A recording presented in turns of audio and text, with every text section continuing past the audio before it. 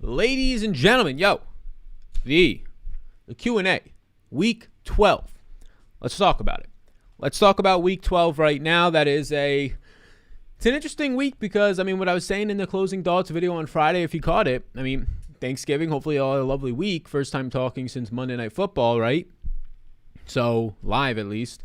Yeah, hopefully you had a lovely Thanksgiving. But this week 12 and every time after Thanksgiving, there's just less time. Every single person that does content in this space, is absolute, right? But far majority, 90+%, are getting so much of their work done on like Tuesday and Wednesday before practice reports come out, before they have an idea to even run projections, right?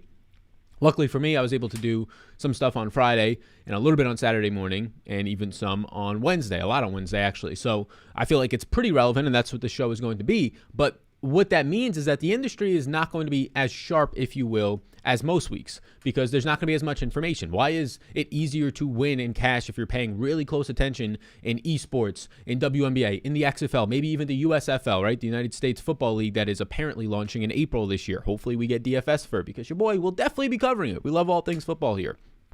But it's because there's not as much information. When the average person goes to find information, it's not freely available on YouTube. It's not freely available in podcasts. You have to go and legitimately go into Twitter and type in each beat writer's thing and read the beat writer reports. And then you have to go and look at if these players are playing maybe through their Instagram pages, right? It's like in depth when there's not as much information. Now, it wasn't that bare, of course, because it's still the NFL this week, but there's just a lot less information than usual. People didn't have most of Wednesday for travel, almost all of Thursday, almost all of Friday, waking up somewhere else, right? And then the weekend hits. So we're going to have nice leverage opportunities. You're going to have people owning this week because of where the quarterback situation is. So much ownership is going to go to pocket passers that, and this is now we're kind of breaking this down through salary. We're going to have it ranked here and I can scroll for you. But so much of the ownership is going to go towards pocket passers that some of them sure, right? Some of them sure, but more than likely over-owned pocket passers. And just value quarterbacks. So Tyrod Taylor, like your hopes of playing Tyrod Taylor or Brandon Cooks against the Jets, that's fine, but he's going to be like 10% owned in a lot of contests, and he has a 4% chance of winning the slate. So he's over-owned. Cam Newton is over-owned. Matt Ryan is borderline. He's like a toss-up of if he's going to be over-owned for what his upside is when you take out the fact that he might not have Cordell Patterson, who's a game-time decision, and Kyle Pitts can't beat these cornerbacks in the NFL yet.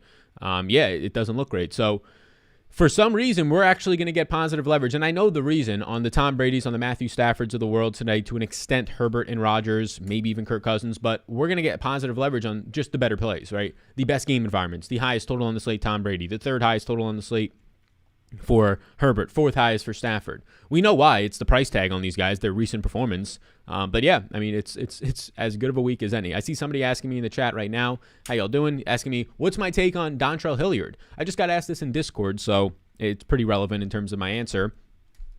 The entire Titans team does not look appealing today, right? I know Des Fitzpatrick was at that one, dude. That's if you're trying to punt wide receiver, the $3,200 range, right? Their entire team doesn't look good. Ryan Tannehill is not playing good this year because he can't rely on play action passing because his now top three running backs are gone in that backfield. So what do they have in that backfield? They have Dontrell Hilliard, a third stringer from Cleveland, who's fine. He's like this versatile back. I don't think he's terrible. And they have Deontay Foreman, who's coming off of an Achilles tear a couple years back, and he never really had a career after that, trying to get an opportunity here. They cut Adrian Peterson, right? Jeremy McNichols is out. No Derrick Henry or Darrington Evans. So those guys are going to get opportunities today. But I'm not playing Dontrell Hilliard at 8 to 10% owned. I have Dontrell Hilliard coming in at like 7% ownership. And based on how many questions I'm getting about Dontrell Hilliard, I assume he's going to be higher owned than that. So if he's 8 to 10% owned, Dontrell Hilliard today, it just seems too much, right? I think his optimal chances of being in a winning lineup are 4 to 5%. I have him projecting out for a decent play. I have him as 11.2 fantasy points, but 7 to 8% projected ownership. If you're talking about SuperDraft, yeah, he's probably maybe the best play on SuperDraft at the running back position because of his 2x multiplier. But if you're talking about Hilliard on DraftKings, where I'm trying to find leverage, and he's Dontrell fucking Hilliard in what is the lowest team total on the slate today. I understand the pass catching role that people are excited about. People got excited about Jeremy McNichols' pass catching role that 1 week when he had 12 targets, I believe. Hasn't really done much from a pass catching perspective since then. So, like, in this range, I'd probably be way more interested in Ty Johnson. I'd probably even be more interested in David Johnson, right? He's getting that matchup against the Jets. He's actually a favorite. He has a much better team total than Hilliard, who's only $100 more. Like, a 4-point difference in a team total, and he's a favorite. And he's playing the Jets. Whereas matchup against New England, it's not definitely a difficult matchup on the ground. but a 6-point underdog with a 19.5-point team total. So that's where I would lean on this. Like Hilliard, I think my personal ownership towards him is very low today.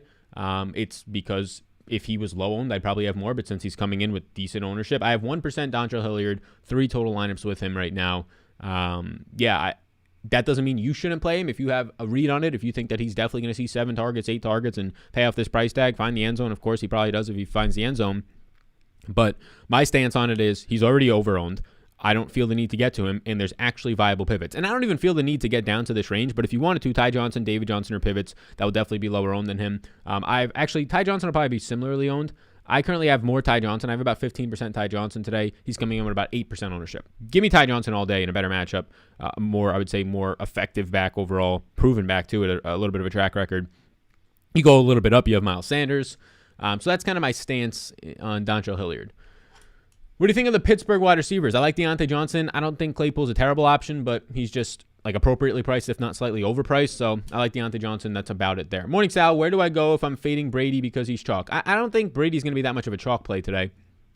I think Brady comes in with, like, no quarterback is going to be chalk today. The highest owned quarterbacks that I have are 10% owned. That's not chalk. Like a 10% owned quarterback today, right? The second you stack him up with another pass catcher on his team, so let's just say Brady and Evans, that's going to be played about 2% of the time today. Evans is 10% owned, Brady's 10% owned. The combination of those two because of their price tag, it's a 2% owned stack, right? If not less, if not a 1% owned stack, depending on the contest you're playing in. You throw Gronk in there, now it's not going to be that highly owned. So, like the good plays today, the good quarterbacks that actually have a chance if they hit their ceiling outcome, the Bradys, the Staffords, the Justin Herberts, these guys who have a chance to throw 40 times in a game and for 4 to 5 touchdowns, Herbert, the mobile upside, these quarterbacks who have been struggling lately, specifically Stafford and somewhat Brady, for paying off these price tags. People are remembering them because the last 2 times you saw Stafford, he's on a showdown slate. Now he's stinking in prime time. Last time you saw Brady, he's playing fine against the Giants. It's just not the 25, 30-point performances and ceiling performances that we're used to. But the reason you're not going to get there is because people are struggling with value today. Tom Brady is $7,600. That's not surprising to anybody, but his 2 main pass catchers, at least we got Gronk for somewhat of salary relief in Tampa stacks. His 2 main pass catchers are in the $7K range. Matthew Stafford, he is expensive, $7,100, and it's so hard to get to Cooper Kupp this week at $9,600. And oh yeah, they're not giving us any breaks on Odell or Van Jefferson's price tag. And oh yeah, on the opposite side of that game with Green Bay, Devontae Adams is damn expensive, and we don't know the running back situation. It's murky. So you're going to see a very low-owned Matthew Stafford today, which what have we been saying all year? Tampa Bay and the Rams are the way to just win DFS in 2021. Now, obviously, that's a week in and week out sample, and that has not been the case the last 2 or 3 weeks for these teams. Well, maybe 3 weeks ago, but for Tampa Bay. But yeah, if you're looking at this Rams and Green Bay game is very appealing to me. For some reason, it's not picking up that much ownership. My guess is that reason is the overall price tags of the players in this game. And number 2 is the running back status, which is very murky in Green Bay. And that running back status in Green Bay, A.J. Dillon might be the best play in the slate if indeed Aaron Jones misses. How about Cam today? I mean, I don't really see a way where I get a lot of Cam. If you want to play him, he projects out fine. Like Cam Newton projects out as one of my better plays at the quarterback position if you're just talking about like cash. But Cam Newton, it's tough. He's 5,600. He projects out for me for, let's see, a good amount of fantasy points. It's just where are you stacking him up? Like, you're going to play Cam and DJ Moore. How much of that can you viably get to? If you're playing one lineup, I guess. But 22.2 team implied total doesn't feel great. Doesn't feel great. Miami secondary actually playing better as of late. Doesn't feel great. Guys, like the channel. Come on, help the man out. Appreciate that, Ryan Rips. Appreciate that. Hopefully, you're all having a lovely day. Let me know. How's your day going so far? I mean, 10:30 on the East Coast, 9:30 in Central Time. On the left coast, 7:30, early. Sal, if Aaron Jones gets ruled in, will you still keep some A.J. Dillon? No, not really. If Aaron Jones is playing, the 70% A.J. Dillon I currently have is going to drop. That's probably going to drop anyways before lock. It's just a high number to have on a guy in a murky situation. But if Aaron Jones gets ruled in, I would expect a week before a bye week that they're not going to put Aaron Jones out there at half or 3/4 of health, or if there's really a major chance that he re-injures. I don't know. I don't think he's going to play. I don't know how you have an MCL sprain, which is normally a 1-month recovery, and they said he's going to come back in 1 to 2 weeks, which doesn't seem right. And it's been a week and a half, and he's limited in practice. So I don't really care about his limited practice. That can literally mean that he's just taking individual drills. So, which does not deal with much cutting or tackling, of course, at all in practices. So, I don't really care about what his practice report was. I don't think Aaron Jones plays today. I think this is more of a, oh shit, we're playing the Rams. Oh shit, the loser of this probably has no chance of getting the 1 seed anymore. So, just by the top of the NFC being so good. So let's just try and create some sort of deception if we can, and some sort of headache if we can, for the chance that maybe Aaron Jones plays. I think that's all this is. I don't think Aaron Jones is playing this week. Of course, that can change, but we shall see. Carson Wentz is going to light it up today. Oh boy, oh boy. Are you stacking Big Ben? I am not playing Big Ben. Thoughts on the Viking stacks? It's tough to want to get to the Viking stacks. I talked about this on the Patreon Closing Thoughts podcast, but the Viking stacks today, it's tough to get. I think there's going to be positive leverage on them because of what their ceiling is, like you saw last week. They're always going to be low owned. I don't think they have a high chance of winning the slate, but I don't think Cousins is going to be more than like 2% owned. Stacks will probably be like 1% owned in a lot of spots. But that being said, there is some ownership leverage on them. The problem with playing them is Elijah Mitchell is likely to be back now for San Francisco. San Francisco ran 40-plus times last week. Their whole goal is to run the fucking ball. Ideally, even though Kirk Cousins is playing as a top 5 quarterback in the NFL this year, ideally they want to run the ball too on offense. I mean, they want to give Dalvin Cook 20 to 25 touches a game. So this game can get really slow-paced. It can get really bogged down. It can turn into a Kirk throwing 25 times Russell Wilson-style game. And although Kirk's been efficient this year, he's not historically going to get you there for 30-point games on 25 attempts. Salads Laz gets fit. Headed to the Pats game today. Appreciate your content. Let's talk about the tight end, says my man David Laz. What's going on, Laz? I hope you're hopefully having a lovely day so far. Let's talk about the tight ends. This tight end slate is just wherever you want to go. I mean, stacks, of course. This is the week where stacking tight ends makes a lot of sense, in my opinion, in terms of it always makes sense, but this week it makes way more sense because there's just so many solid tight end plays, but not many of them scream off the page. Like if you're talking about values this week at the tight end position, so many of them look like strong values projection-wise, like Jared Cook, Dan Arnold. I mean, Dan Arnold now I have to put a pause to because James O'Shaughnessy was activated off IR and promoted to the active roster, so that's not good for Dan Arnold, in my opinion. But Jared Cook, Dan Arnold to an extent, Evan Ingram, Tyler Higbee, Rob Gronkowski, Goddard, like all these guys, Pitts, all these guys, Gesicki, they look good. They look good.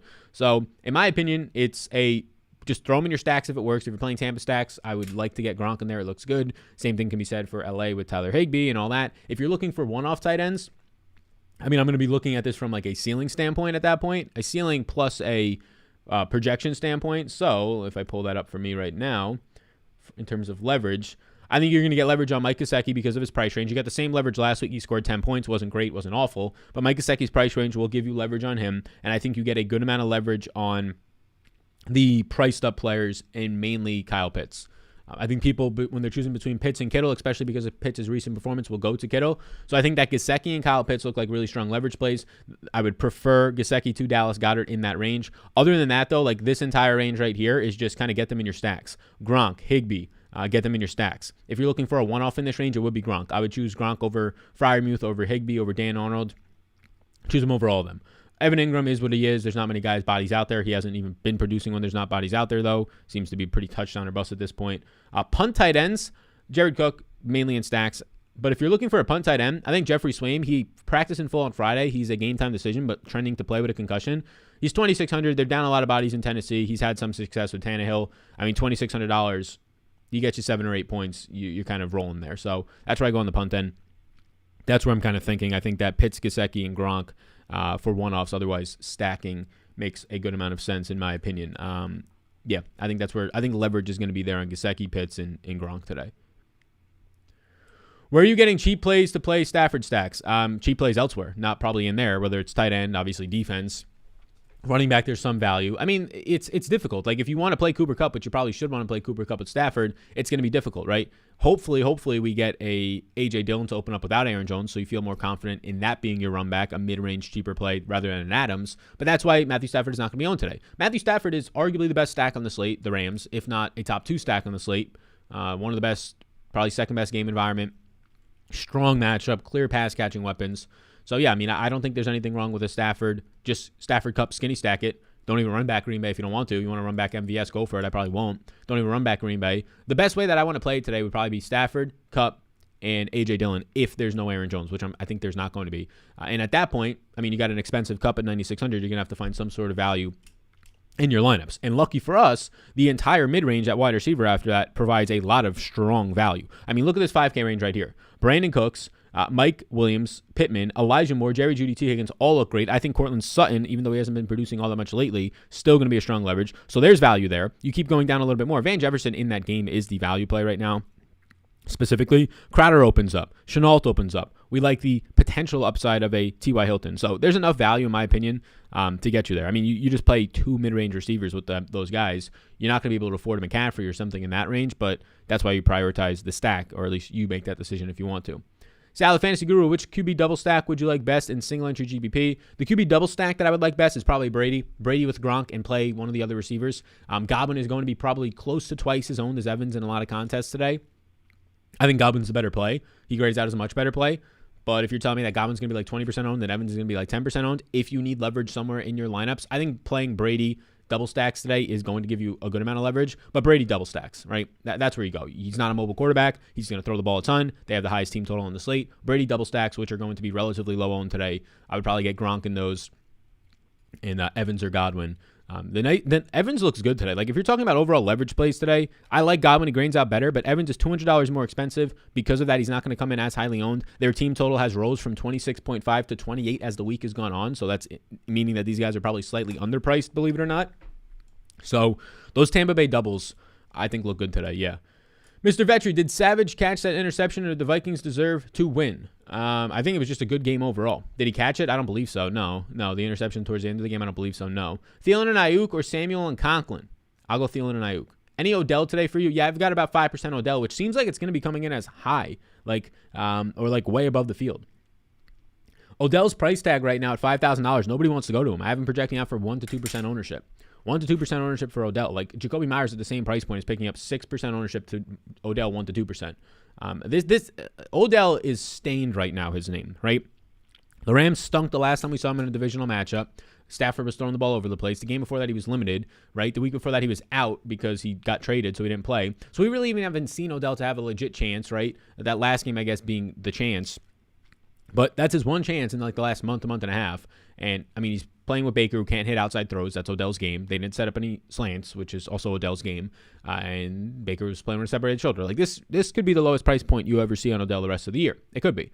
So, yeah, I think, like, when people are asking about where is the value in these Ram stacks, you kind of want to go to Cup because of how high that fucking target share is every single week.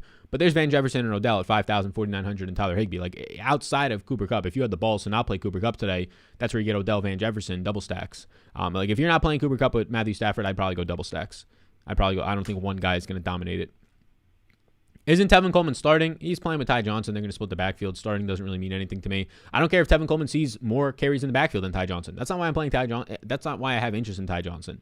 Ty Johnson you have interest in because of his opportunity to catch 5 or 6 passes. A target is worth more than almost 2.5 times now, looking at the data from about the last 7 years. A target is worth more than 2.5 times, or around 2.5 times a carry. So I'll take the targets all day long. You get a 7-target game from Ty Johnson, it is worth way more than a 10 to 12 carry game from a 12 to 14 carry game from a Tevin Coleman in PPR formats. They said OBJ is going to get more involved. Yeah, you would expect that, right? I mean, week 1, he ran 10 routes. The second week, he started to get closer to a full-time role. Now, Ben Skowronek, who was terrible, I believe, out of Notre Dame, maybe, who's, oh my God, so bad. He's also out. If anybody was actually concerned about him taking away from Odell, you shouldn't be. So, yeah, I mean, this is a great matchup. Like, this matchup against the Packers, their safeties are fantastic. But if you're talking about, like, zone beaters, when the Packers who play 2-eye safeties all the time, right, and it's been working for them, Joe Barry defense, like, this is great. Great matchup in terms of what Odell can do. Underneath winning. Underneath on slants. Underneath within those 10 yards. Like, he's a zone beater. Cooper Kupp is as well, right? Van Jefferson is not as much of a zone beater. So, like, if you're choosing between Van Jefferson and Odell today, I would probably go Odell. Odell's going to come in with much less ownership, and the way that he actually sets up to try and beat the Packers underneath stuff is going to work. So, yes. Odell ran 10 routes in his first game before the bye week in his first game with the team. So we haven't really seen Odell have a full-time role since, week 8 against Pittsburgh. So a month. We haven't really seen a full Odell role when he scored 1.6 points, finished as a wide receiver 102 that week. So that's why people get the bad taste in their mouth. Why is there a no on Kirk Cousins? I think he's got like a 2 or 3% chance to win the slate. They want to run the ball, right? As much as Kirk's been playing great this year, they want to run the ball through Dalvin Cook. When he's out there, he gets like 20 fucking plus attempts or opportunities. And, oh yeah, so does San Francisco. They want to run the ball. And now they get Elijah Moore back. So I think it's going to be a much slower paced game. It's harder to hit a ceiling and spark a shootout that way. News this morning has Stafford dealing with chronic back pain and also elbow soreness today. You hate to see that.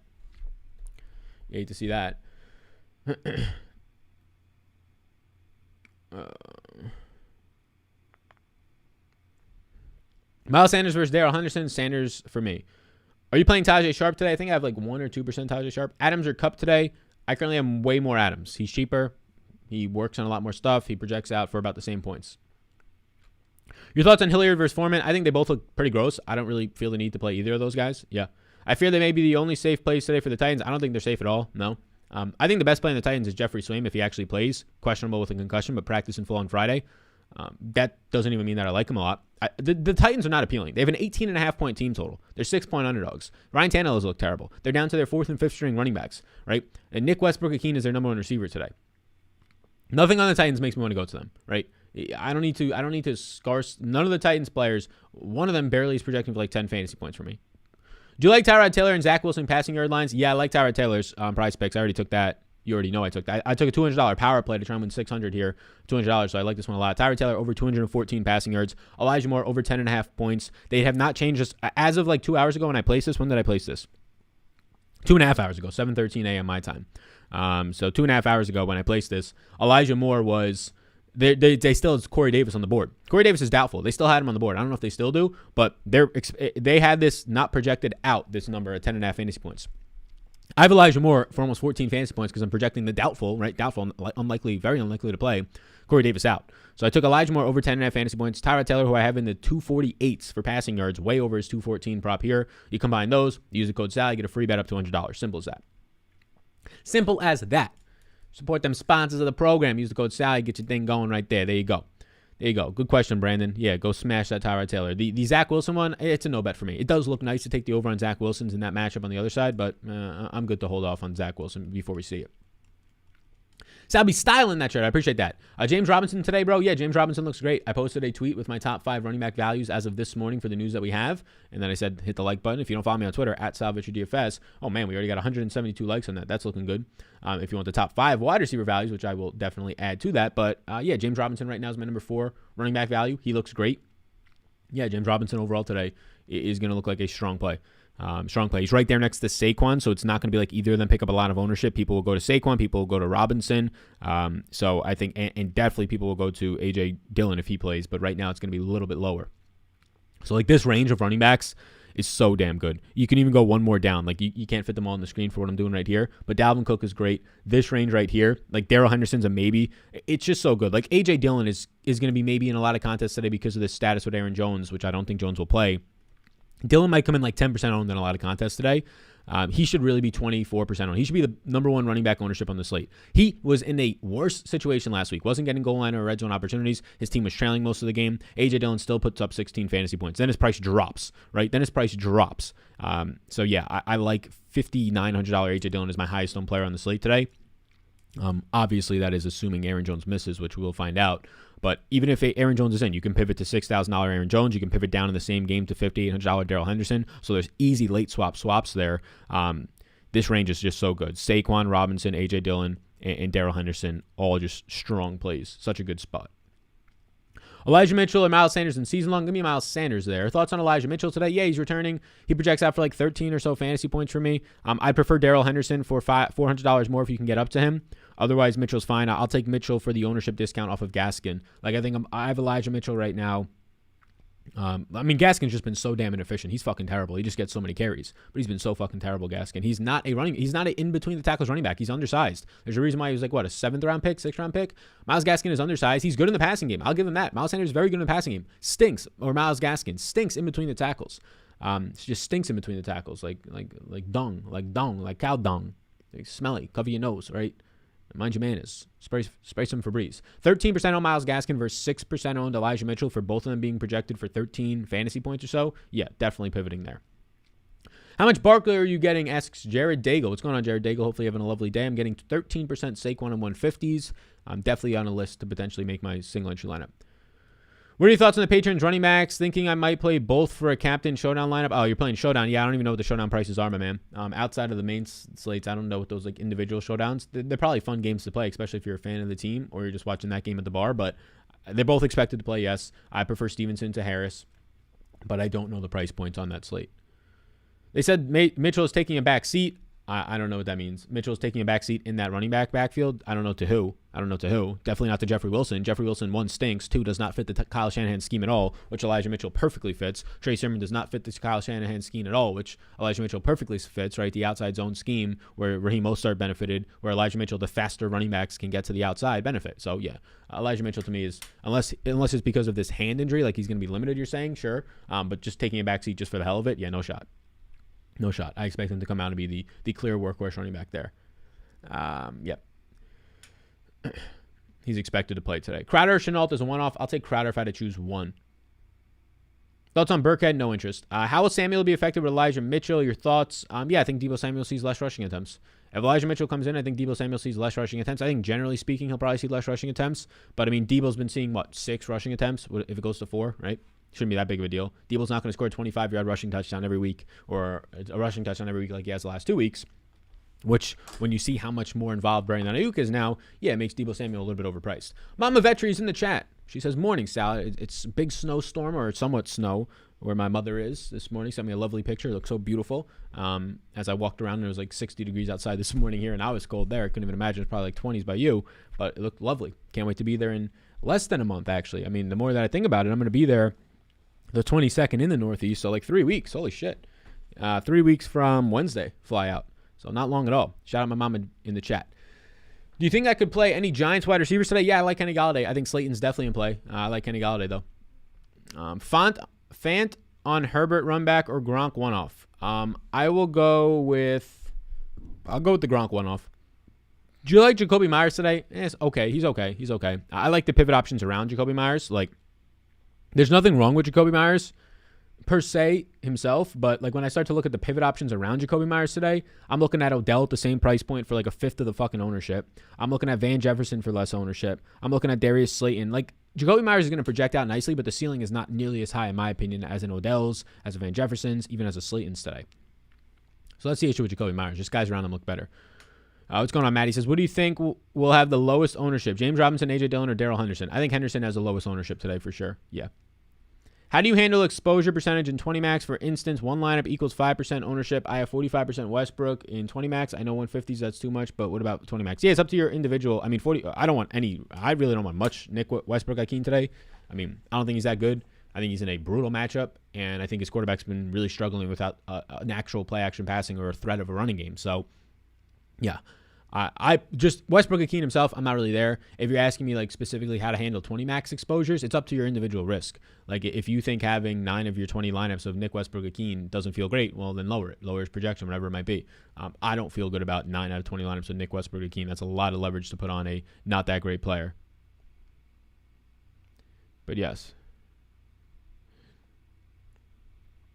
What do you think about Mixon today? Is going to be low owned yet again. Yep, he's going to be low owned yet again, Joe Mixon, in that price range. The problem is, like, so is, in this price range, so is relatively Dalvin Cook, Najee Harris. So I want Dalvin Cook more than Mixon, but he's just on an island of his own. Like, Joe Mixon being at this island right now of 7,500, the only guy in the 7K range, nobody within basically like $600 to $700 of him, makes it interesting. I'm not getting much of him. He's a favorite with a nice team total. He's definitely a leverage play. Yeah. Probably not something that I touch in single entry, though. Chenault or Crowder? I'll lean Crowder. Join the Patreon family, fellas. And, my man Tony. I appreciate you, Tony. He said, I won $300 off of $50 on Underdog. Haven't studied this much since nursing school. Best QB in the afternoon games, please. Let me see what the afternoon slate even is. My guess is it's going to be Stafford for me because I know he plays in the afternoon. But let me see what the other games in the afternoon slate are. Afternoon is, Herbert. So Herbert, Kirk's there. Rodgers and Stafford. So there's only 3 afternoon games today. Okay, so I'll say Stafford, Herbert, Kirk, Rodgers in that order. Or Stafford, Herbert, Rodgers, Kirk in that order. Yeah, join Patreon if you guys are interested. Join Patreon if you fellas are interested and you ladies. Appreciate that a ton, Mr. Tony. Thanks for joining. Welcome to the La Familia. The Clips channel. I saw the Clips channel. We have our second channel, the Salvatore Clips. We're putting clips from these episodes on there, and it got over 100 subscribers. We're growing. Luis says, Goodfellas, best movie of all time. Thoughts? Good movie. Yeah, best movie of all time. I don't know. I'm not really much of a movie critic. I kind of just watch movies, and if I like them, I'm like, I like that. I rarely ever watch movies a second time unless they're really fucking funny. Like I love Ted. I love the Ted movies. But I don't have like a rankings list. I just know movies that I really enjoyed. Wolf of Wall Street, Saving Private Ryan, Shutter Island. Like there's movies that I really enjoyed.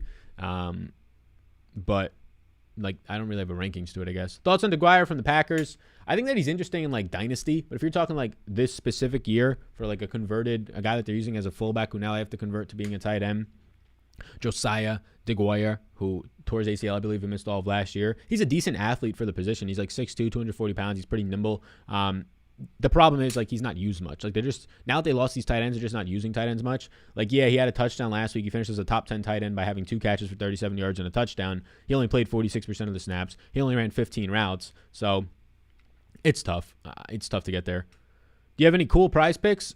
Yeah, we talked about prize picks a little bit earlier. I have a bunch that we took in the videos earlier this week. This is the one that I added this morning. $200 on this to win $600. Tyrod Taylor over passing yards. Elijah Moore over 10.5 fantasy points. I have Elijah Moore for about 14 fantasy points. I have Tyrod Taylor for close to 250 yards, especially against the motherfucking Jets. So we take both of those. We combine them together. We use the code SAL. We get a free bet up to $100, so why not? Thoughts on T. Higgins actually scoring today? Yeah, T. Higgins is going to have relatively lower ownership than usual because of how many good plays are in his price range. The problem is I like a couple other guys in that price range, which just probably means this is the week T. Higgins actually scores. But yeah, Higgins finally, I mean, he's still fairly priced, but you have Jude, you have Elijah Moore, who I really like. You have Pittman, who I really like. You have Williams, who I think is a better leverage play than Higgins today, all in that price range. Do you like Cam today? I like him if you're like a cash game player. Otherwise, I don't really know how you get to him and feel confident. Good morning, Sal. You are the man. I appreciate that, Richard. You're too kind. What about MVS? Yeah, MVS is what he is, right? We know what MVS is. He's going to see 1 or 2 deep targets a game. Does he connect on them like last week? If he doesn't hit that 75-yard touchdown last week, he has like 3 catches for 30 yards, and it's not doing you much, right?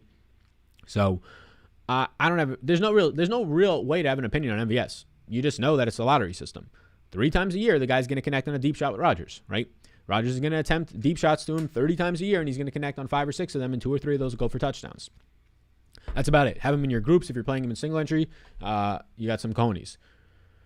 Do you really like any of the multipliers on SuperDraft? Yeah, it depends on the position, right? Like Dontrell Hilliard, I don't like him on DraftKings. I think he's overowned. But his multiplier on SuperDraft looks really fucking good. If you're playing SuperDraft today, $20,000 to first. Solid contest, not filling right now.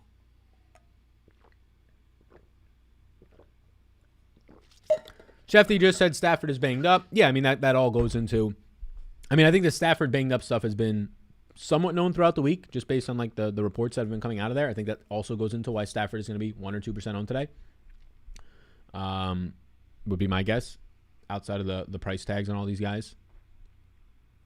Matthew Stafford is all banged up and has been dealing with a sore ankle, pain in his throwing arm and elbow, and back pain that has been described as chronic. The Rams are in freezing cold Lambeau today to take on the Packers. You love to see that. You love to see that. Yeah, I'm probably going to lower my Stafford exposure. Hearing 2 hours before the game that Matthew Stafford is dealing with a ton of injuries, you don't want to overemphasize it, but yeah, I mean, backs flare up in cold weather would explain his terrible play the last 2 weeks. Come on down, Tom Brady, double stacks in single entry today. Or Justin Herbert, right? Do you like Herbert today? Yes, I do. I think he's a top 3 play and stacking the slate. Thoughts on T.Y. Hilton, low price tag. Thanks again, Sally. That one dude. Yeah, T.Y. Hilton looks good. I mean, if you're looking at run back options in this Tampa Bay game, so many look good. It's hard to get to Jonathan Taylor, but man, oh man, T.Y. Hilton and really Pittman look great. Lions fan here. Stafford is forever banged up. Take no stock into that report. Yeah, he's always banged up. I agree. Toughest dude. When he dislocated his shoulder, I think it was, and he still threw a touchdown pass. Crazy. The top SuperDraft QB today, projection-wise for me, my top SuperDraft QB is Tyrod Taylor by a decent amount, so I'll say Tyrod Taylor today. Yeah. Let's see where SuperDraft is filling at right now. So SuperDraft's got a pretty big contest, 7,300 people. I don't know if that'll fill. Right now it's filling at 2,200 if this is correct. I'll have to refresh my screen.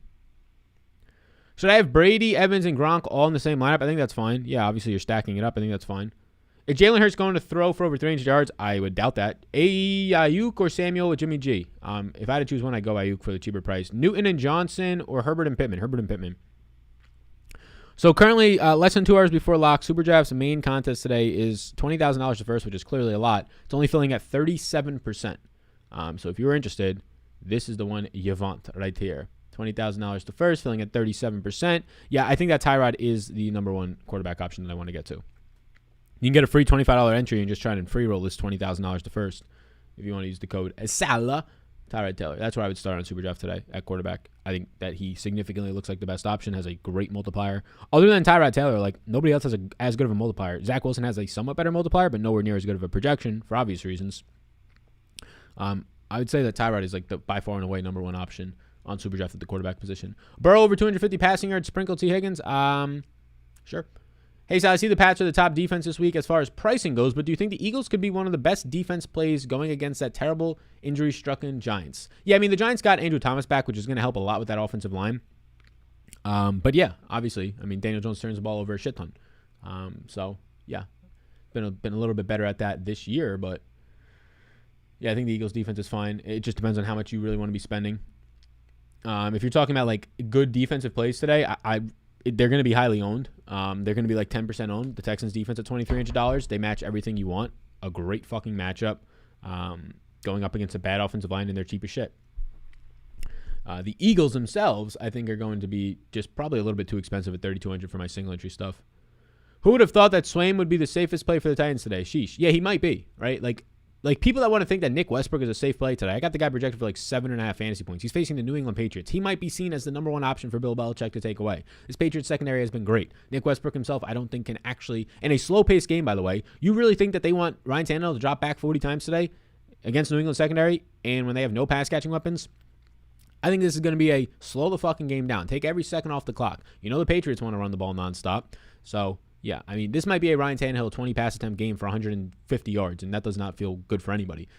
Except $2,600 Jeff Swaim, who 4 catches for 40 yards will be enough. What are your thoughts on the 49ers triple stack and bring it back with Dillon and Jefferson? I think it's too cute. I mean, the team totals are nice for those teams, but I think it's a little too cute.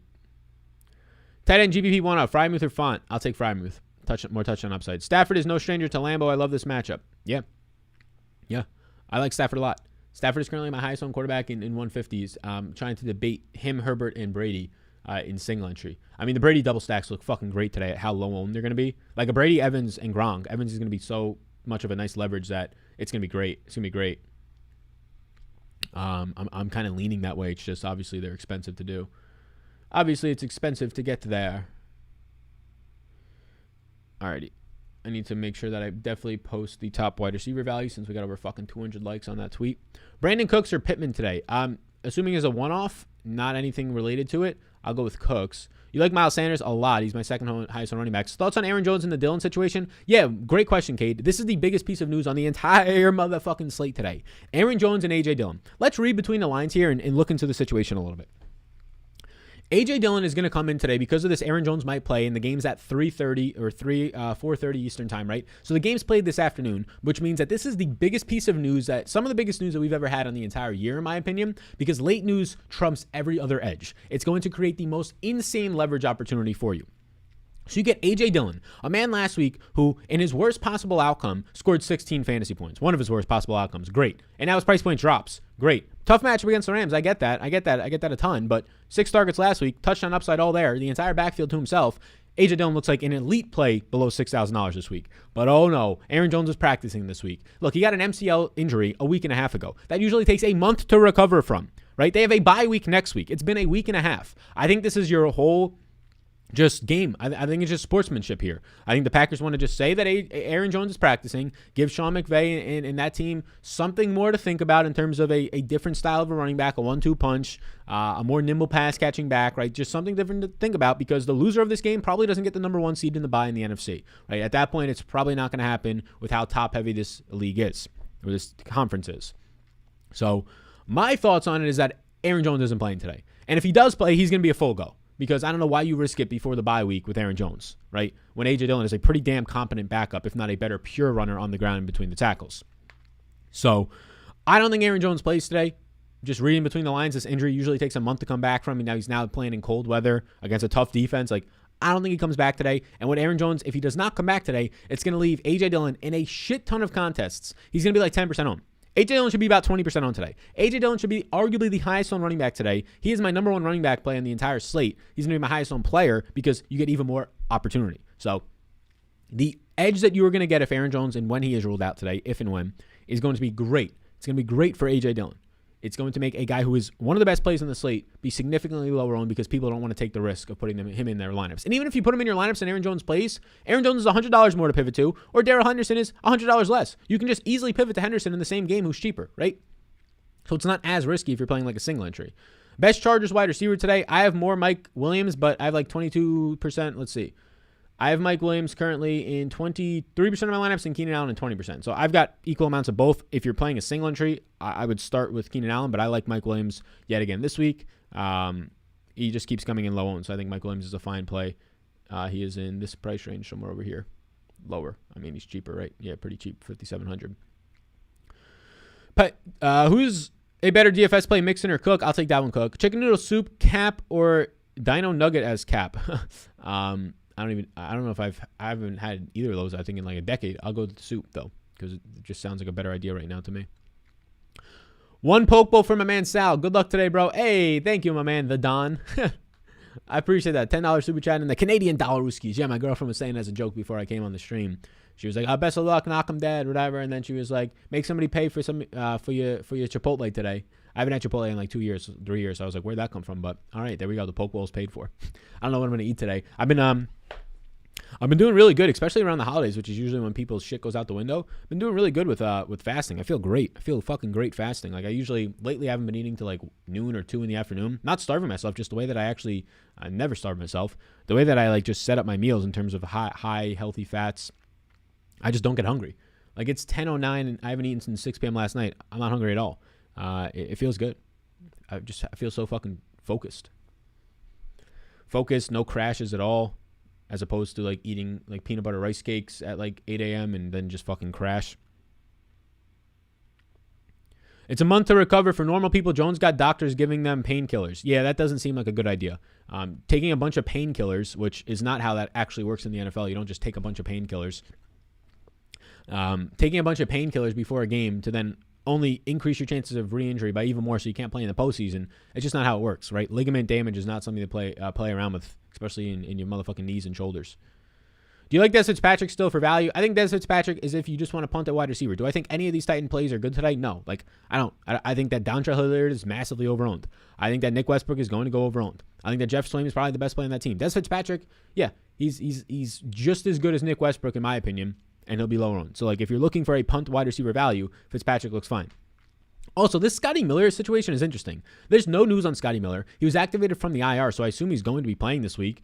He hasn't been ruled out, but Scotty Miller is a cheap punt that could be interesting. No Antonio Brown. When there was no Antonio Brown last year, Scotty Miller was the receiver out there, and he had 10 or more fantasy points in half the games, in 4 to 8 games. So Scotty Miller is like another GPP millionaire maker type build. Like if you're playing buck stacks, like going to a Brady, Godwin, Scotty Miller build is interesting, and like in the Millie Maker specifically is where you would take that risk because Miller might not even step on the field, right? Unless somebody has seen news, please correct me on the Scotty Miller stuff. I was trying to look for it this morning. I didn't see much.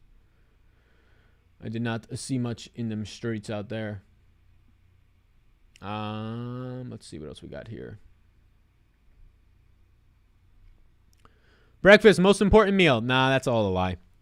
Breakfast might be the least important meal of the day. Might actually be the worst. Depending on what you eat for breakfast, might actually be the worst meal for you. Like if you're eating cereal, toast, bagels, oatmeal, any of that shit, it might actually be the worst meal for you in terms of just absolutely crashing your energy levels. But yeah, I mean, breakfast being the most important meal of the day it sounds like a really good marketing ad for some sort of breakfast food. The old wives' tales. It's like people thinking you can actually get sick by going outside without a jacket. You got any interest in Tua today? No. Any interest in DJ Moore? Yeah, I got about 5%. Sal, you like Dillon and Adams as a double stack run back and Stafford stacks? Not really. I probably lean to one. I mean, unless you think it's going to be a massive shootout, I probably lean to one. Do you think Aaron Jones plays? I would say no, I don't think he does. You like Parham or Cook in Herbert stacks? Cook, he's running double the routes. Are you taking Evans over Godwin? It depends. I have more Godwin right now in 150s, but I think Evans is a really strong pivot in single entry and smaller field stuff. He'll be half his owned. Godwin definitely looks like the better play overall. But if you need the leverage, it's there easily. How do you feel about Jalen Waddle today? Like 7% owned. Jalen Waddle's just kind of stuck in this range of a bunch of receivers that look good. Like if I had to make a decision for single entry in this range, Pittman in run backs at Tampa stacks. If I'm not running back any of the stacks, probably Elijah Moore just as a one-off. Cooks is like the standout, but obviously maybe the highest owned receiver on the slate today. Brought to you by General Mills Cereal. Yeah, exactly. Further expanding the obesity problem. Sal, MVS or Tevin Coleman? I'll take MVS if I had to choose one. Hunter Chubb. Yeah, that's on the Sunday night slate. I don't know the salaries yet. I have it projected out, but I have to get ownership. Oatmeal is goated though. Definitely disagree. Can we see the tight end page? Yep. Here's the expensive tight ends. I'll scroll momentarily. Goddard or Crowder, higher floor? Higher floor today. I will take the floor on Crowder. Favorite single entry play 4K and below today? My answer is probably, if we're not counting defenses there, my answer is probably no one. There's no running backs below 4K, no quarterbacks. The tight ends below 4K are like Jared Cook and Jeffrey Swaim.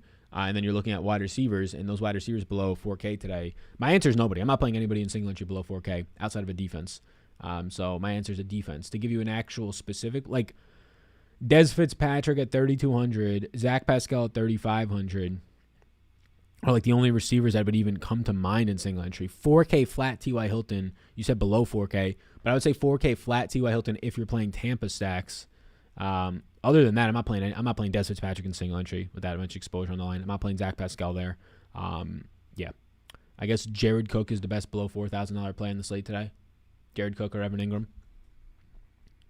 Good morning, Sal. Hope you had a great holiday. Same to you. Thank you for all you do. I had an MCL tear and it took about 2 months, so he's coming back way too soon. Yeah, I don't think it was a tear, though. I believe he is, Frank. I believe he is. Thanks for sharing that. I believe he is coming back too soon, but it wasn't a tear. It was just like a bruise, so it wasn't really a tear. But even then, it's usually like a month recovery. Wide receiver GPP, one off. Judy, Pittman, or T. Higgins? I'll go Pittman. Is Nick Chubb starting today? Yes, he's playing.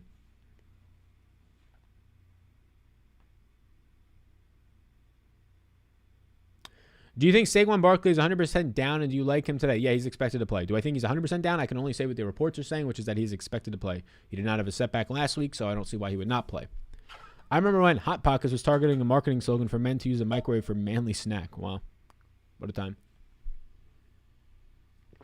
Are there any wide receivers in the 3K range you feel confident about? No. I mean, Nick Westbrook and Dez Fitzpatrick from the Titans. I don't really like any Titans today, but they're in play. Scotty Miller, if you really want to take a strong risk in a milli maker, I don't even know if he'll step on the field. Zach Pascal, that's like about it. Unless you're just punting to like Jalen Reagor's, Nico Collins, when there's no analysis to give for those guys. Tajay Sharp at 3,900. There's no analysis to give for these guys other than they're cheap and you're just taking a blind dart, right? So nobody like there's not much value in the 3K range. All of the value this week at wide receiver is right here. And I'll come back to tight end in a second. It's right here. This 5K range is loaded with value, starting at Jalen Waddle. Almost every single player in the 5K range is a valuable play today. Like I would say like Tyler Boyd and Marvin Jones are the only ones that don't look that appealing to me. But other than that, the entire 5K range is valuable. So all of your value is coming in the 5K range, probably stopping at Van Jefferson, maybe stopping at Crowder, 4,700. Chenault's down here a little bit. But that's where your value comes from today. It kind of comes from playing mid-range receivers if you're not punting tight end. Which I think punting tight end this week makes a lot of sense. And that's why I have some interest, not a lot, not get him into every single one of your lineups. But if Jeffrey Swaim is activated, which we should know in 14 minutes, if he's activated today, there's not a lot of bodies in Tennessee. I would expect more Jeff Swaim, who's not dealing with like a hamstring or anything. It was a concussion, so shouldn't be super limited if he's actually activated. Stafford, Odell, and Cup stack, I think that sounds pretty good. Obviously, Stafford, these reports coming out that he's playing way more injured than was let on, and the recent performance doesn't feel great. But, yeah. Do you think OBJ could be a steal considering his price bye week to get more chemistry with Stafford and Packers focusing on Cup? Yeah, and the Packers secondary in general, wide receiver-wise, especially underneath, is not the greatest, or cornerback-wise. So Odell fits the scheme on how to beat the Packers, right? Odell, Tyler Higbee, Cup. Those guys fit a scheme on how to beat the Packers with these two high looks. So, yeah, I like Odell today relative to his ownership and all that. He's not going to be owned. Any thoughts on Keelan Cole? Yeah, he's expected to take the place probably today of Corey Davis would be my assumption on that, unless it's Mims. If Mims is even active today. Going to project for like 4 or 5 fantasy points for me. Gage or Galladay, I'll take Galladay. Cup and Adams in the same lineup, too difficult today? I think it is pretty fucking difficult, yeah. Cup and Adams, for that to really work out for you, I guess they just have to hit their ceilings, right? They have to do what Jefferson and Adams did last week, which is a possibility, right? Seems too difficult, though. Thoughts on Justin Jefferson today? Yeah, he's coming in with a little bit more ownership, like 7 or 8%. Now that his price tag is up even more, I'll just take Adams. I'll just take Adams this week. Sam, my guy, I missed the Gyalf. Yeah, me too. I mean, there's no Gyalf at all right now in the streets, right? Off season. Do you like Higgins, Deontay skinny stack today? What are your favorite skinny stacks? Yeah, I don't have like a ranking of skinny stacks. It kind of just, it's what fits into your lineup. Like I'm prioritizing stacks. I'm prioritizing Tampa double stacks, Ram stacks, Charger stacks. Like I'm prioritizing these stacks today and whatever fits in after that. So like I can't say that I have this player and this player is my favorite skinny stack because it might not fit into my stack. I'm prioritizing my stack and then leverage plays, and then we'll see if skinny stacks can work out. The whole goal of skinny stacks is not to try and get the best best game environment. Sure, it's a bonus, but you can get guys from bad game environments. You just have to get the right players, right? What is this player's ceiling? Does this player have a red zone role, touchdown upside? Is he seeing some sort of target share? And is he seeing deep targets if he's a receiver, right? If he's a running back, is he seeing the red zone role? Is he seeing pass catching work? Like those are the guys I want to skinny stack together. I don't want to skinny stack together guys with bad usage or low touchdown upside, right? The reason you're skinny stacking them together is to correlate higher upside for those guys to push the pace of the game a little bit more. Deep targets push the pace of the game more. Touchdowns push the pace of the game more, right? Sal, is Ryan Griffin a value punt tight end? Yeah, to an extent, yeah. What's wrong with oatmeal? Nothing terrible. I don't have a big stance against it. If you're using it with water, though, brutal. I 100% back Tony Sowell's response about fasting. There you go. My man goes a 72-hour fast once a month. God damn, Anthony. Shit. Thoughts on Eckler today? I think he's going to be relatively lower owned. The problem is in that price range. The upper end running back range is tough to get to today because of stacks, which will leave them all lower owned. I'm prioritizing McCaffrey and Dalvin Cook in that range. So if you can afford McCaffrey, I go there over Eckler. If you can't, I go down to Dalvin Cook. So even I will not be as much on Eckler. I think Eckler will be and people going to Herbert stacks, Eckler will be low owned today. I don't think it'll be like that insane of a leverage play though because of the price tag. Is having Ty Johnson and Miles Sanders at both running back spots too risky in order to fit Kupp, Stafford, and Deontay? I don't think it's that risky, no. Best running backs this week, A.J. Dillon, if there's no Aaron Jones, looks to be, in my opinion, the best running back overall play, especially because he'll be lower owned than he should because of this murky status on Aaron Jones. Miles Sanders, Ty Johnson for value plays, James Robinson, Saquon, McCaffrey. Those are some of the top running back plays, in my opinion. Packers versus Rams stack, okay in GBPs. Yes, it definitely is. Myers, Hilliard, I already had Hawkinson in play. Myers, Hilliard, or Goddard in the flex. I'll go with Myers. 49ers backfield, question mark. Yeah, Elijah Mitchell looks okay. It's tough. I mean, I prefer Elijah Mitchell to Myles Gaskin, like if you're asking for that for half the ownership. Tough to really like it otherwise, in my opinion. Yeah, tough to really like it a ton at least. Sal, you like machines? Do I like machines? What? Do I like Mahomes? I mean, I don't even know if the Chiefs are playing this week. Do they play on Monday night? Let's see. I mean, I know he's not playing on this slate, but I don't look ahead to Monday night until tonight/Monday morning. The Chiefs play, they're on bye. So, yeah, so I love Mahomes if he's on bye. Why do you like Miles Sanders today? He kind of sucks. Miles Sanders definitely does not suck. Relative to me and you, he definitely does not suck. Relative to the average NFL running back, he most definitely does not suck. Miles Sanders is definitely a top 15 running back in the NFL, in my opinion. Why do I like Miles Sanders today? Because the Eagles are the most run-heavy team in the NFL the last 4 weeks of the season, right? Miles Sanders himself has benefited from this just as recently as last week. Jordan Howard, the guy that they were using only around the red zone, is now actually out. He's injured. And obviously, Jalen Hurts is in the red zone. 3 rushing touchdowns last week, but none the month before that. Yeah. Miles Sanders returned, only played 43% of the snaps on a somewhat limited basis, and now they're down another running back in Jordan Howard, and almost 43% of the snaps, he saw 17 opportunities, 2 red zone opportunities, right? And that was in a game where they led the entire game against New Orleans, so only got to run 6 routes. So I think it looks good for Miles Sanders. He's 5,100. He profiles out for me for 18.5 touches today. Nobody else at $5,100 is profiling out for 18.5 touches and 3 red zone opportunities. Is there a community prize pick? Yeah, we can take another prize pick on the stream. This is the one that I took right before the stream, so I would consider this a community prize pick. This is the one I like the most. We got Elijah Moore before they took Corey Davis off, which I don't even know. Maybe they still have Corey Davis off. Let's see. Fantasy points wise. So yeah, they took Corey Davis off now, so we're not going to get that benefit. But did they even increase Elijah Moore? So Elijah Moore is still at 10.5, even with Corey Davis. No, they still have Corey Davis on here. See, look at this. Let's try and refresh this to see though.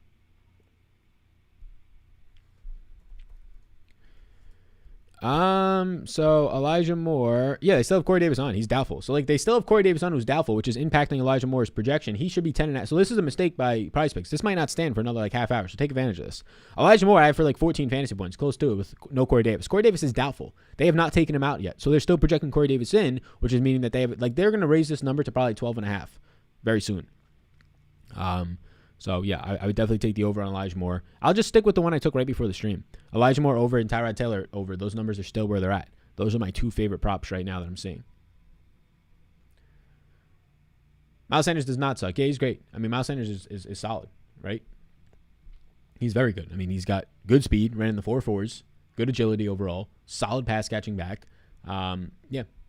I don't think that we can, I mean, obviously in the past, Miles Sanders has been great the past previous years. Dealing with injury this year would be the reason he hasn't done much in games. And also the fact that the Eagles were down by, not running. The Eagles went from never running, right? 2 carries week 3, 7 carries week 4 against Kansas City and Dallas back-to-back weeks for Miles Sanders. And then they just start to erupt running-wise the last month. Is the Colts running back overpowered? Overpowered? I don't know what that means. Overpriced? Like, is Jonathan Taylor overpriced? No, he's probably appropriately priced for what he's been doing lately.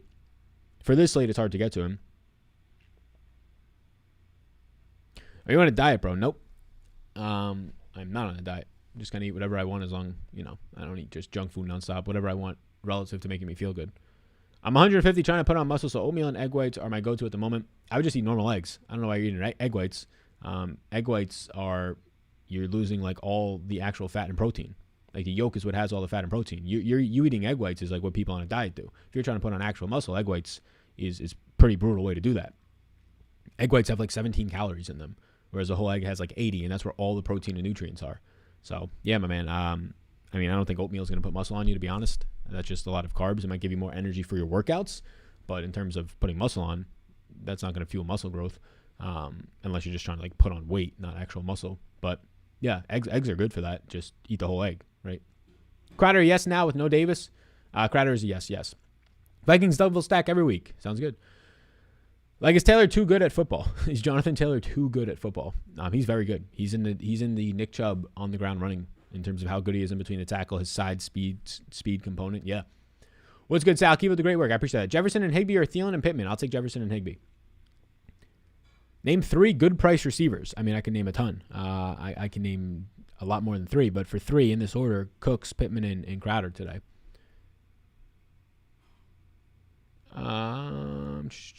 Good morning. Good morning, everybody. Good luck today. Go Blue. Hey, Doc O. Congratulations, my man. First win in a couple of years, right? 8 or 9 years. Ohio, Michigan versus Ohio State. Should be, as long as they beat Wisconsin now, which I think they will, should be in the playoff. It's pretty cool. What are the odds Hurts and Gamel and Scott vultured potential TDs from Sanders hurting his fantasy upside? Very, very high. Yeah, potentially vulturing touchdowns from him is pretty high. I would say probably not as much Scott, more so Hurts, but I would say it's higher than any other running back on the slate. It's probably close to McCaffrey and Cam Newton. That's probably than any other running back on the slate, but that's all projected into this, right? The running back opportunity share, the running back red zone opportunity share is all projected into this, and I'm still getting a 15-point projection on Miles Sanders. Who's starting in QB in the New York Jets? It is Zach Wilson. Mike Williams or Jerry Jeudy? Jerry Jeudy is a safer play. Mike Williams is the higher upside play, so it depends on how many people are in the contest you're playing. If you're playing in a larger field contest, I'll go Mike Williams. If you're playing in a smaller field, I'll go Jeudy. Are we taking Jonathan Taylor's over on Prize Picks? I have not, and I probably will not. Can you stack Patterson with Ryan? I personally am not. You can, though. The touchdown upside is there for the correlation. The problem is, like, Patterson... Obviously, he's been a unicorn this year in terms of how much he's getting you there, but it is still a relatively small sample on like how much he's getting there in the receiving game. For people, like you look at Patterson's usage, it is 7 routes, 15, 16, 12 routes. Then there was a stretch where he ran 26 and 27 routes, which was nice, and then it went back down to 14, 18, and then he got hurt and ran 7 routes. So, I mean, if you're getting like 18 to 20 routes out of a wide receiver, leading to like 5 targets for, like 30 or 40 yards, I don't want to stack that up with my quarterback, especially when it's not a cheap receiver. Like, this is still a $6,000 range guy. So, it's tough to want to overall get there, in my opinion, in terms of putting him in those stacks. Feel like McCaffrey CMC points at 19.5 is an easy over. I've got McCaffrey for, about 22.5 points. Yeah, I mean, the insane game for McCaffrey is coming very soon. Good morning, Sal. Hope you had a great Thanksgiving. Same to you, my man, Derek. Morning, and thank you as always, Sal. What's going on, John? How you doing, boss man? Sal, do you prefer run back Herbert stacks? Having a hard time liking Jeudy when I can pay down for a lower one. Yeah, you don't have to run him back. When there's not like a great offense on the other side and the offense is so distributed between Font, Jeudy, Sutton, Patrick, when it's so distributed, both running backs, like when it's so distributed, you don't have to run it back. I always like running back, especially in larger field. If you're playing the Millie Maker, I'd probably run it back because in order for Herbert to really hit his mega ceiling of like 3 or 4 touchdowns, like you saw against Pittsburgh, Pittsburgh has to do something, right? Somebody has to be fueling that, or multiple people. But if you're playing in like a single entry, a smaller field, a 3 max, if it's the Millie Maker, I'm running it back. If it's not, you don't have to when there's not a great offense on the other side, or just a really spread out offense. I'm looking for your projections on the San Francisco Vikings game, as Jimmy has shown both good and bad times. Do you see Stanford winning at home today? I have Jimmy G projected for about 18 fantasy points. I don't have any take on the actual game, who wins. I have takes on the players individually. I think that the game will be a little bit slower pace. Elijah Mitchell is back, more running. You know that Dalvin Cook in Minnesota wants to run the ball. It doesn't always work that way, but they want to run the ball. I think Jimmy G projects out pretty nicely today. It's just I don't have his ceiling looking anywhere near as good as a lot of other guys. Sally, sure, appreciate that. MVS or Burkhead in cash games? In cash games, neither. I'm not going to recommend either of those players in cash games. They are both D's for me in cash. Does the injury issues with Stafford bring down your ownership on him? Apparently he's dealing with a bunch of injuries. Yeah, I saw he's dealing with a bunch of injuries right now. If it brings down my projection, it will bring down my ownership. Right now I haven't updated projections. I'll have to decide if I want to update his efficiency more so, like his amount of times that he throws downfield and how accurate he will be today. If anything, this should make, like these injury news, the first thought in my opinion should not be, oh, what do we do with these stacks? It should be, okay, do I get more Darrell Henderson now, who's already lower owned in a solid matchup? But if it changes my projection on him, which we have more information now. Matthew Stafford is dealing with injuries in multiple of them. Matthew Stafford kind of always deals with injuries, and Matthew Stafford this week is already not projecting out for the greatest projection for me. So I'm probably going to leave it how it is. In 150s, I'll probably get a little bit less, and it leans me to not want to get to him as much in single entry. Any Cobb today, Sal? No, not for me. Thoughts on David Johnson? I think he's a better play than Dontrell Hilliard for way less ownership. Never noticed the candles. Sal's setting the mood. Oh, yeah, we've always had these candles. This is a newer candle, but this back here has been a candle. I got to get a new one. I'm stealing this from the living room right now. Somebody says, make some more TikToks. Yeah, if I had the time, I would. I would like to get back on there, but I don't want to make TikToks on, like, start this guy or pick up this guy off the waivers. Like, we're pretty far into the fucking season where people, I think, know what they have on their fantasy team. So I would have to get more creative with it. I kind of want to do more film reviews of college players and things like that. I think that's appealing to me, but I'm not sure how much it will be for the large majority of people out there. Thanks for your content as always. Appreciate your work. I appreciate that as well. Yeah, we got an hour and a half until the game starts. Inactives are coming out right now. If you don't already know about this, this is a little landing page called ratethispodcast.com/Sal. There's a podcast version of the show, and podcasts are growing every single year. I never promote the podcast, but a good amount of people listen to it. If you are a YouTube viewer watching this right now, if you can just go to ratethispodcast.com/Sal, it's in the chat right now. You just click the 5-star button. It literally takes 2 seconds. You click on the Apple Podcasts, it takes you there, and you click the 5 stars button, and that's all it takes. And if you have any 30 seconds extra, you can just say, this show is good. The reviews help a ton. The reviews, right? You write your review, you click here, bada bing, bada bang. This is what helps podcasts grow the most right now. I don't think it will always be like that. It'll become much more advanced, but it's the biggest thing that helps. More reviews pushes you up the rankings more. When you get pushed up the rankings more, people who are searching for fantasy stuff see you more. It's as simple as that in a way, but that's why you need your community to help you out. So I really would appreciate that if you got 30 or 60 seconds, ratethispodcast.com/Sal. Tell a friend to tell a friend. Appreciate it in advance. We are doing a $100 giveaway. I'm going to try and do a weekly one, like spin it, starting maybe next week, like spin a wheel. Leave your Twitter handle or any way for me to contact you. Twitter handle, if you're comfortable with email, whatever it might be. So I have a legitimate way to contact you if you win. But maybe next Sunday we'll do a segment at the end where we spin a wheel with all the people who left a review, whether it's 20, 30, 10, whatever it is, and one person will win the $100. But I basically spin that wheel on my end, like each Sunday or Monday morning, and then contact that person. But leave a way for me to contact you. Stafford or Burrow? Stafford. Sweet Phil says Justin Jefferson or Dalvin Cook? Flex. I'll go with, on this slate, I'll go with Dalvin Cook, but I appreciate the $2 super chat.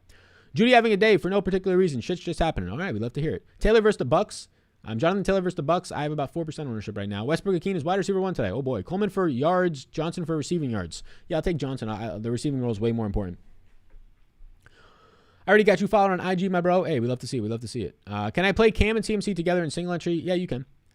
Swaim is in. Are you getting some ownership? Yeah, definitely. Yeah, in 150s, I definitely will.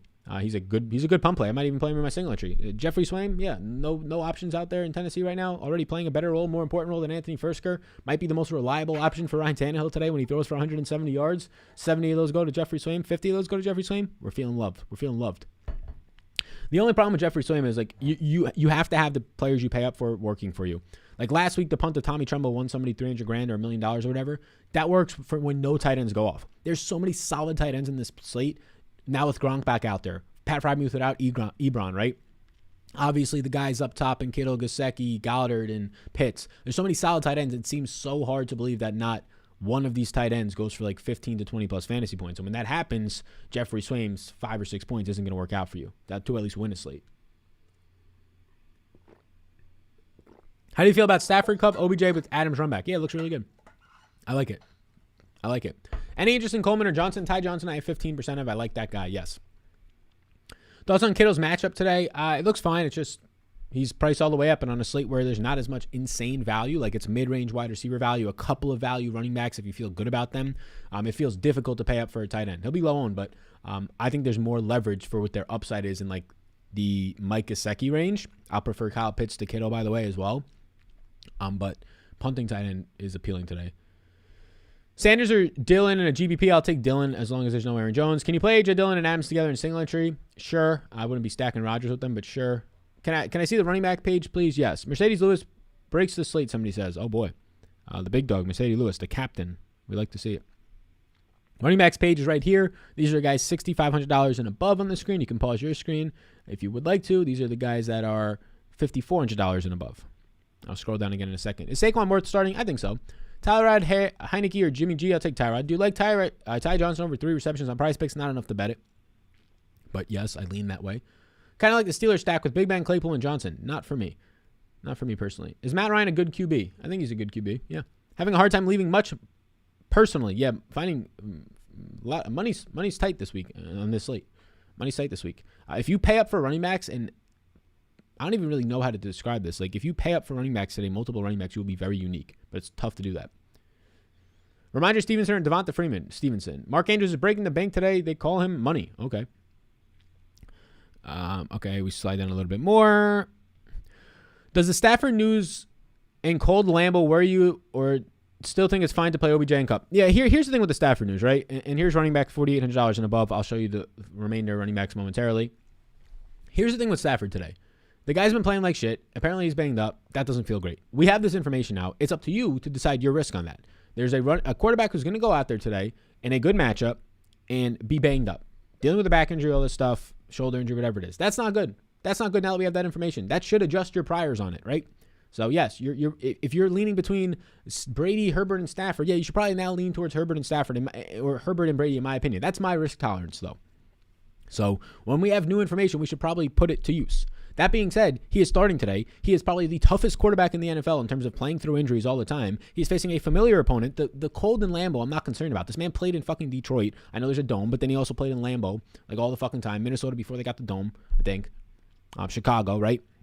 I'm not concerned about Stafford in the cold. I know that can make the back an issue, but I'm not concerned about Stafford in the cold. The injuries would be the concerning point here. So yes, my previous 40% ownership on Stafford is going to drop in 150s. I'm not as excited to get to him in single entry. I don't know how we don't take that into account compared to quarterbacks that we don't think are hurt who look just as good. What about Galladay? Looks good. Malik says full PPR, flex 1. Hunt, Ayuk, Devonta Smith, or Cooks? Cooks. Rank Ty Johnson, Hilliard, and Foreman. Ty Johnson 1, Hilliard 2, Foreman 3. Frymuth or Gronk? I'll take Gronk. Burrow or Stafford? I'll take Stafford. Mixon at 7,500 is the easiest price up running back to get to. Thoughts on him today? Yeah, he's in this price range of his own. He'll be like, Mixon's going to be like 5% on today. So yet again, a really good leverage play. Alrighty, gang. I appreciate it. We've been live for about an hour and 10 minutes. Before you go, there's a bunch of people watching this now. Sunday Night Football Tools will be out on Patreon shortly. 1,100 people out there. Appreciate you a ton. Hit the subscribe button if you would indeed like to. Twitter at SalVetriDFS. It's on the screen, the Twitter and the Instagram. And then the bigger one is ratethispodcast.com/Sal. It takes 2 seconds to just leave a 5-star review. The podcast is just the YouTube version. So when you watch my YouTube videos, I put those into a podcast version to reach more people who like podcasts more. ratethispodcast.com/Sal. Appreciate that. This is where we're at right now. The prop that I like the most right now on Underdog, or the combination of a prop from this morning with the news that we're getting with Corey Davis now doubtful and Underdog not taking, or Prize Picks not taking advantage. Prize Picks has not noticed that Corey Davis is doubtful today. They still have him in, which is giving you a low number on Elijah Moore. So over 10.5 on Elijah Moore, over 214.5 on Tyrod Taylor. Get this number right now before they take off Corey Davis and increase this Elijah Moore number to like 12.5 or 13. So get this now. Use the code SAL for a free bet up to $100 Rooskies. Other than that, Monday Night Football video coming out tomorrow morning. Monday Night Football live tomorrow night. And then we head into week 13. Thanksgiving week's over. The next part is this bad boy right here, right? This is the next thing that we're doing, right? This is the next thing that we're going to. And if you're not going to this, if you celebrate something else, more power to you, I guess. Have a good time with that. But this is what I'm gonna be rocking. So I'm gonna be rocking most of Santa Sal, most of motherfucking December, right? We're not in December yet, but we're past Thanksgiving. The Christmas tree's up, the lights are out, the Christmas candles burning. Got this motherfucker right here for good luck. Rub this for Matthew Stafford's back today. If you want better luck on Matthew Stafford's back today, run that. For Matthew Stafford to perform well and force a shootout that the Packers ultimately win, you spin this, you rub the little Packers helmet for good luck there, and you have a good time today. Because it's Sunday, the weather's nice, maybe it's snowing where you are, I don't know. As long as there's not a tsunami, the weather's probably at least nice relative to the tsunami, right? So, hey, pretty nice. We're rocking. We're rolling. Have a great day to my mother in the chat. Best of luck to everybody else out there. If you have any questions, let me know. I'll get to the Discord questions now. Slate starts in an hour and 20 minutes. Hit me up on Twitter at SalvageDFS with any other questions as well. And with that, we said it all. Week 12. We're wrapping this bad boy up. We're wrapping it up like a Christmas gift, right? The inactives are out. I've been Christmas shopping lately. Oof, I've been finding some good old things. I can't wait to be Santa Sal this year, giving out this motherfucking shit. Appreciate you all a ton. We'll see you in the next one. Everything is updated on Patreon now. Projections, ranks, ownership, all that beautiful stuff. And I'll see you when I see you, gang. Peace out, gang. Actually, there's one more thing. There's one more thing from Santa Sal to you. When they see you today in the streets, jumping up and down, when you didn't fall for the Matthew Stafford injury news or whatever it might be, you didn't fall for Dontrell Hilliard on the lowest team total as a 6-point underdog, right? When you didn't fall for any of that stuff, like the schmucks are going to do today, and you're walking out, hopefully, right? Dream about it, right? What do they say? You got to self-actualize it, whatever the fuck they say. Your mantras, say them out loud to all the people out there. When you do that, and it leads in week 12 of the NFL season to some dollar-rooskies, right? And you sway this back and forth, the graduation into the dollar-rooskies. We graduated to the dollar-rooskies, put it to the other side, you snowball tassel. When that happens, you look at the person when they said, where did you get that money? Huh? Where'd you get the money? You say, I got the money because I know football. It's very simple, and football knows me. It's very simple today. Best of luck, everybody. Stay safe, but stay reckless in the streets. Peace. Man, that guy got a little bit wild right there. My man Ryan Houston just said, Sal, you thick as hell. Oh, my God. Oh, my God. Sheesh. Sheesh. Dear Lord. Dear Lord. Thick as hell, huh? We love that. Steven wants to know if Logan Thomas is going to... Oh, so my brother wants to know, is Logan Thomas going to play and if he will get a slot... Will he get slot snaps? I think he will get a good amount of snaps. I don't know if he's playing. I'm projecting him to play, though. I think he's playing. I don't fucking know.